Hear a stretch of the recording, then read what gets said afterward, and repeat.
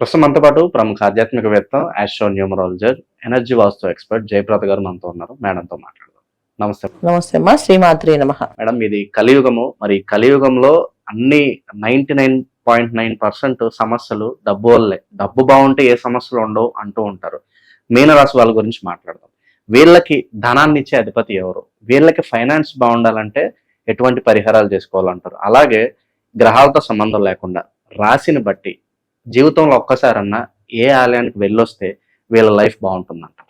So మీనరాశి అనగానే రాశాధిపతి గురువు గనక, సో ధనకారకుడు వీళ్ళకి గురువు కాదు, రాశాధిపతి గురువు.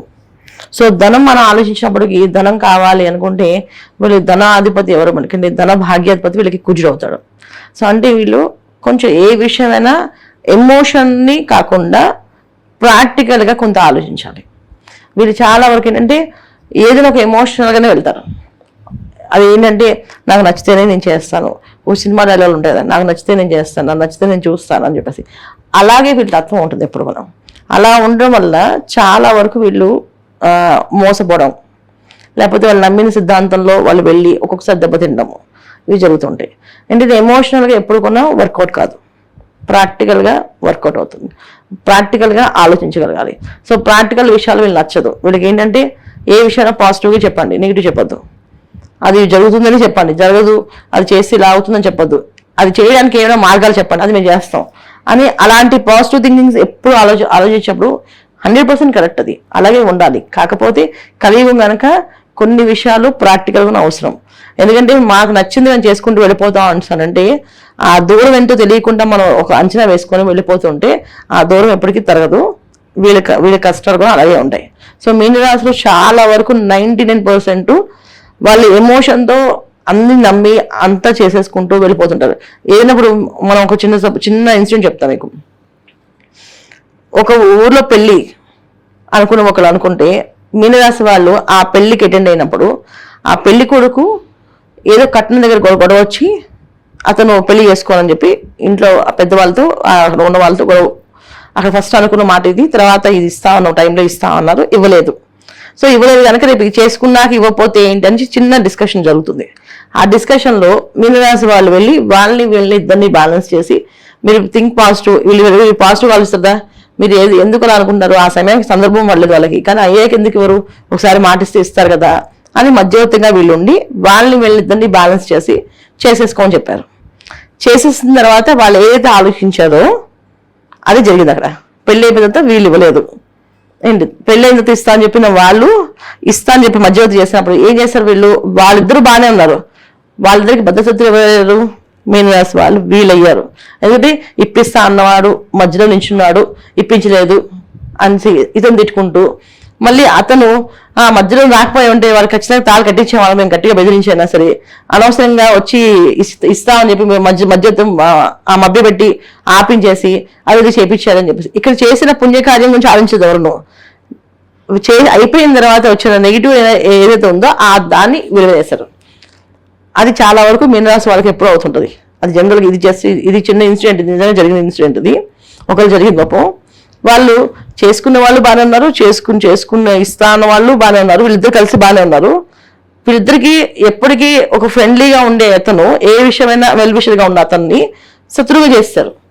పైగా ఇతను ఏం చేస్తున్నాడు అనేది ప్రతిరోజు వాళ్ళ వాచింగ్ అనమాట. అంటే వీడు బాగానే ఉన్నాడా, బాగుపడుతున్నాడా, బాగానే సంపాదించేస్తున్నాడా అనే దాని మీద వాచింగ్. ఇక్కడ చేసిన తప్పు ఏంటి, వాళ్ళదే తప్పు కదా, వీళ్ళు తప్పు లేదు కదా. అయినా సరే ఇక్కడ అలాంటి నిందలు మీనరాశి వాళ్ళకి పడుతుంటాయి. సో వీళ్ళు అందుకని ఎమోషన్గా ఎప్పుడు ఏ పని చేయకూడదు, ప్రాక్టికల్ ఆలోచించాలి. అది వాళ్ళు సిద్ధం వాళ్ళు వదిలేసి ఉంటే అది ఏదో తెలియదు. వీళ్ళు మంచితనానికి పోయి చాలా విషయాలు అది కోర్ తెచ్చుకుంటారు కొన్ని విషయాలు.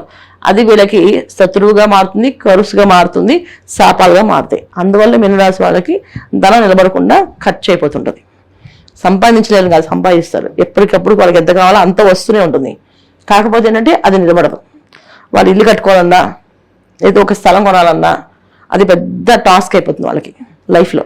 సో ఉద్యోగాలు బాగుంటాయి, వ్యాపారాలు బాగానే ఉంటాయి. సో దాంట్లో ఇక్కడ ఎటువంటి ఇబ్బంది లేకుండా ఆ రాశాధిపతి గురువు కనుక వీళ్ళు మనుషులతో మాట్లాడే విధానం చాలా బాగుంటుంది. ఎవరినైనా చాలా ఈజీగా వాళ్ళ వర్షన్ ఏంటో వీళ్ళు అర్థం చేసుకొని ఆ తత్వాన్ని వీళ్ళు తెలుసుకొని మాట్లాడతారు. వాళ్ళకి ఏం కావాలో అది వీళ్ళు ఇవ్వగలుగుతారు, మాట్లాడగలుగుతారు. కానీ వాళ్ళు వీళ్ళకి చేయాలంటే చేయరు. అది మెయిన్ ఉన్న మీన రాశికి డ్రాబ్యాక్ అది. ఇక వీళ్ళ లైఫ్ మారాలంటే జీవితంలో ఒక్కసారైనా కొంతమంది కొన్ని ఆలయాలకు వెళ్ళిరా నీకు మంచి జరుగుతుంది అంటూ ఉంటారు. వీళ్ళు ఎక్కడికి వెళ్ళి ఏ ఆలయానికి వెళ్ళి అక్కడ ఏ కార్యక్రమాలు చేస్తే బాగుంటుంది? ఖచ్చితంగా మీన రాశి అనగానే మనకి ఇది 12 రాశుల్లో చివరి రాశి. ఈ రాశి మనకి మోక్ష రాశి అంటాం. ధర్మార్థ కామ మోక్షాల్లో మోక్ష రాశి కింద వస్తుంది. ఈ మోక్ష రాశిగా పుట్టిన వాళ్ళు వాళ్ళ జీవితంలో మోక్షానికే ఎక్కువగా ప్రయత్నం చేస్తుంటారు. అంటే అది మోక్ష జన్మ కనుక ఆ రాశి అంటే లగ్నం రాశి కూడా అయినప్పుడు అది మోక్ష రాశి, మోక్ష జన్మ అంటారు. అంటే మళ్ళీ జన్మ అనేది ఉండదు. అందువల్లే వీళ్ళకి చేయవలసిన కార్యక్రమాలు కానీ చేయాల్సిన పనులు కానీ ఎవరు ఊహించినట్టుగా వీళ్ళకి ఎక్కువ పనులు ఉంటుంటాయి. అసలు ఎందుకు ఆ పనుల్లో ఇప్పుడు ఆ పెళ్లికి వెళ్ళి వీళ్ళు ఎందుకు ఇన్వాల్వ్ అయ్యా మాట్లాడేది అంటే అక్కడ ఏదో ఒక రుణం వాళ్ళకి రుణానుబంధం ఉంది. అది మాట వ్యవహారంతో పోవాలి కనుక అక్కడ మాటతో పోయింది. కొంతమందికి డబ్బుతో పోగొట్టుకుంటారు. చాలా డబ్బు ఇచ్చేసి ఇంకా వీళ్ళు మళ్ళీ జీవితంలో వీళ్ళతో మాట్లాడరు. కానీ దానికి కావాల్సిన ధనం అంతా వీళ్ళు ఏర్పాటు చేస్తారు. ఇవి లైఫ్ లాంగ్ వాళ్ళు గుర్తులుగా ఉండిపోతుంటాయి. ఇది మోక్ష రాశి కనుక వీళ్ళు ఏ రోజైనా సరే ఏదైనా చేయాలి అంటే ఎక్కువగా చేయాల్సిన దేవాలయం ఏంటంటే తిరుపతి క్షేత్రం, తిరుమల వెంకటేశ్వర స్వామి, కలియుగ ప్రత్యక్ష దైవం ఆయన. సో కలియుగంలో మనం చేసిన ప్రారంధ కర్మలు ఏవైనా పోవాలన్నా, సో ఆ కర్మను తగ్గించుకోవాలన్నా, పుణ్యరాశిని పెంచుకోవాలన్నా తిరుమల వెంకటేశ్వర స్వామి గుడికి వెళ్ళాలి. ఎందుకంటే ఆయన 7 కొండలు ఎక్కితే 7 జన్మల పాపాలు పోతాయి అంటారు. అలాగే 7 నాటి శని ప్రభావం పోతుందంటారు. సో అందుకే 7 కొండలు ఎక్కుతారు అందరూ. సో ఏ క్షేత్రానికి లేదు నా నడక, ఆ క్షేత్రానికి నడుస్తుంటారు. ఎందుకు నడుస్తారు, ఎక్కుతారు అంటే ఎక్కువగా కలియుగంలో ప్రత్యక్షంగా ఉండే దైవం ఆయన.